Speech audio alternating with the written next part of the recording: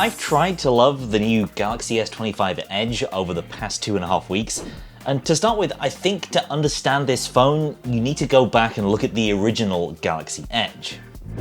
So cast your mind back to the fall of 2014 and the arrival of an unusual new design direction from Samsung. This was the Galaxy Note Edge, a weirdo one-off handset with a single tapered edge showcasing the new hotness of that time, curved AMOLED. It attracted intrigue and ridicule in equal measure. The utility of this new hardware was a hard sell, and cynical tech nerds dismissed it as a gimmick.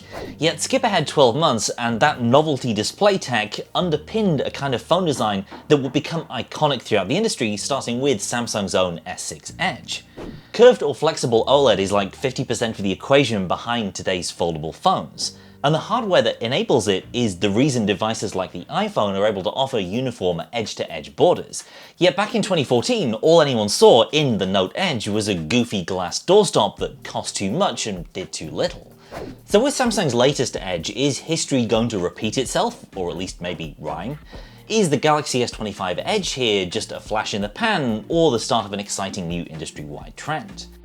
On the face of it, the S25 Edge is once again a one-off product launching separately from the rest of the S25 line, with an aesthetically driven new hardware feature that has a lot of folks divided.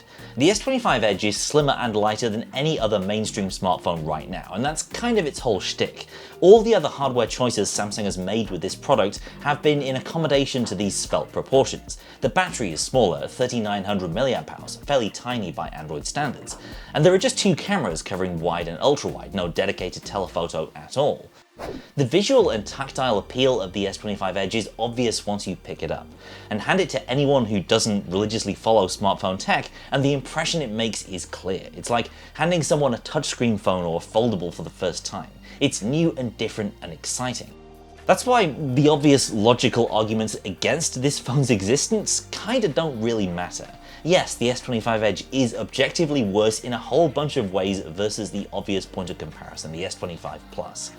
It's more expensive, it lacks a zoom camera, and it doesn't last as long on a single charge. But Samsung is betting that for the Edge's target audience, this is a trade-off that'll be worth making. And after more than a fortnight with this phone, I can kinda see why. The lighter weight is refreshing, making even my iPhone 16 Pro with its much smaller screen feel like something of a tank, to say nothing of the Pro Max. The svelte proportions mean you're getting the most out of that 6.7-inch screen real estate. The flat sidewalls make it easier to hold onto, even though you are aware with every second of use that it's a much thinner piece of kit than normal. After decades of ballooning size and weight to accommodate larger cameras, hotter CPUs and bigger batteries necessary for 5G, it feels like the future phones we imagined more than a decade ago have finally materialized. Now for me, the S25 Edge's unique hand feel is still kind of a novelty at this point. A few weeks isn't enough time to make a long-term judgment on this phone's major selling point. You could definitely argue that I'm still in the honeymoon phase with this device as I'm making this video. Nevertheless, I am enjoying this hardware much more than I expected to.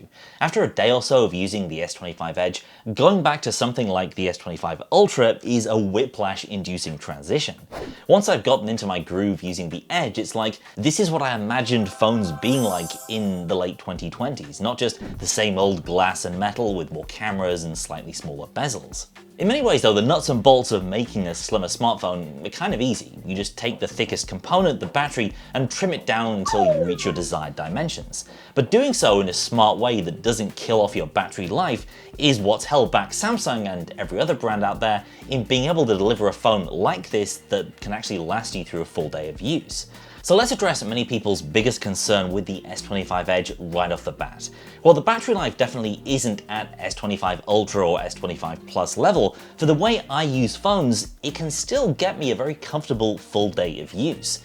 And it feels way more reliable in that battery life than even many of Samsung's foldables were just a couple of generations ago. I'd take the longevity of the S25 Edge over what the Flip 4 or Flip 5 gave me any day of the week. 5.5 hours of screen on time was easily doable for me with mixed use across 5G and Wi-Fi, including background streaming and a handful of photos and short videos taken every day out and about here in Taipei. I never felt like I had to change the way I use this device versus any other Android phone, and battery anxiety really didn't kick in the way it did with those aforementioned Samsung foldables. And by switching to an always-on dark theme and using Samsung's light performance profile, which cuts down on the max CPU and GPU speeds slightly to save power, this phone never felt like it was lacking in longevity, even with the mere 3900 mAh in the tank.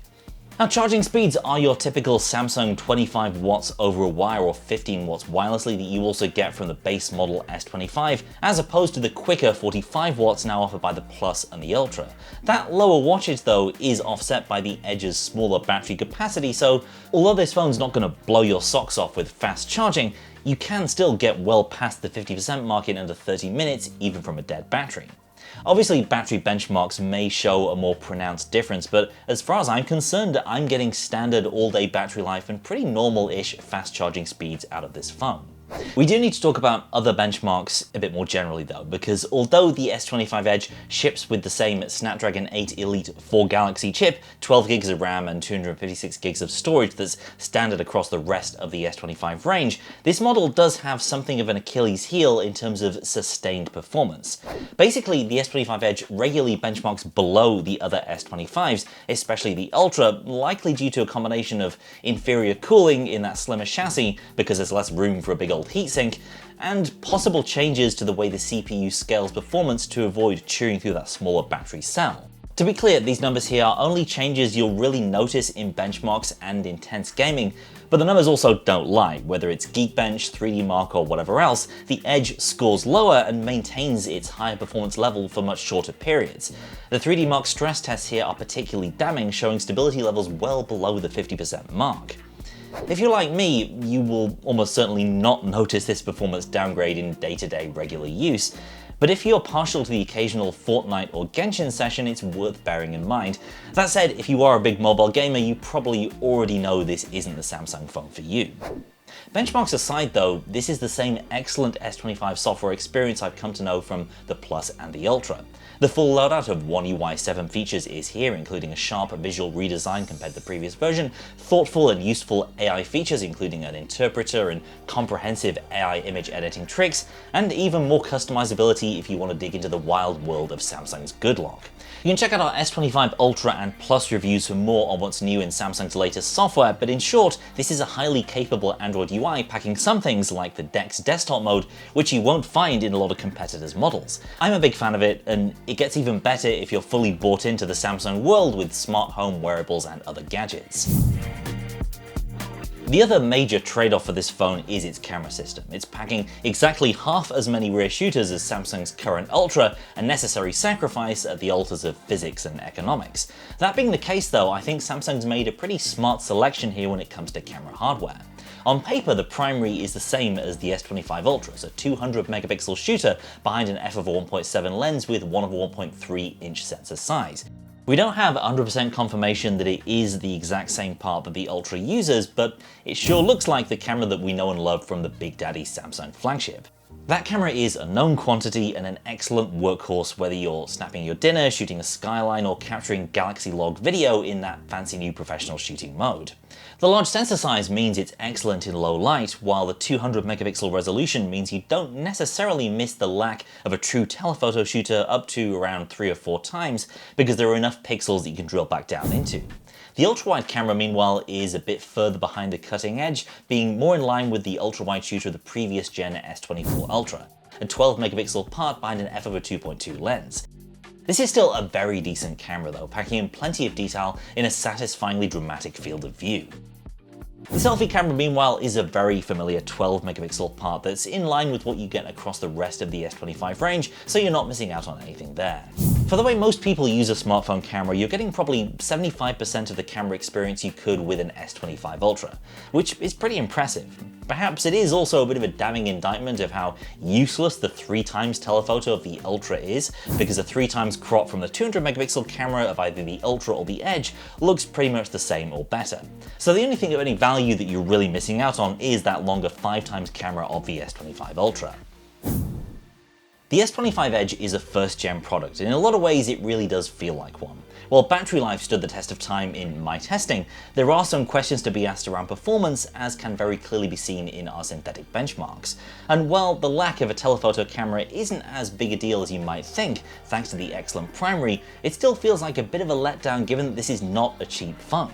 So there are some very obvious compromises with this device. A new and exciting hand feel, supreme thinness and lightness, but worse long telephoto shots, and if you're pushing it hard in games, performance is going to throttle back pretty fast.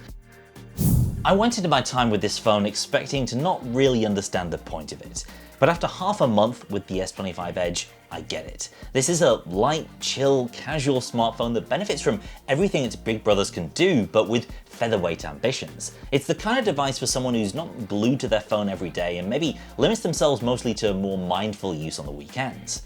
This is where I get to tell you, dear viewer, that I am not that person. I tried to love the S25 Edge, and in a lot of ways I was able to, but this thing just wasn't built for me. I want multi-day battery life and a stupid number of cameras in my phone, and there are plenty of phones out there for folks like me. But on the other hand, the successful experiment of the S25 Edge proves that this product category is indeed going to be a thing going forward. It's good enough as it is, and the compromises that are there are clear, achievable challenges to be overcome in the years ahead. So just like the original Note Edge all those years ago, don't dismiss the S25 Edge when you see it on store shelves, because in my view there's more of the future in this phone than you might think. That's it for now. Let me know what you think of the S25 Edge down in the comments if you agree with my take. Stick around for more on Android 16 and Samsung's One UI 8 coming very soon. But in the meantime, thanks for watching, and I'll see you next time.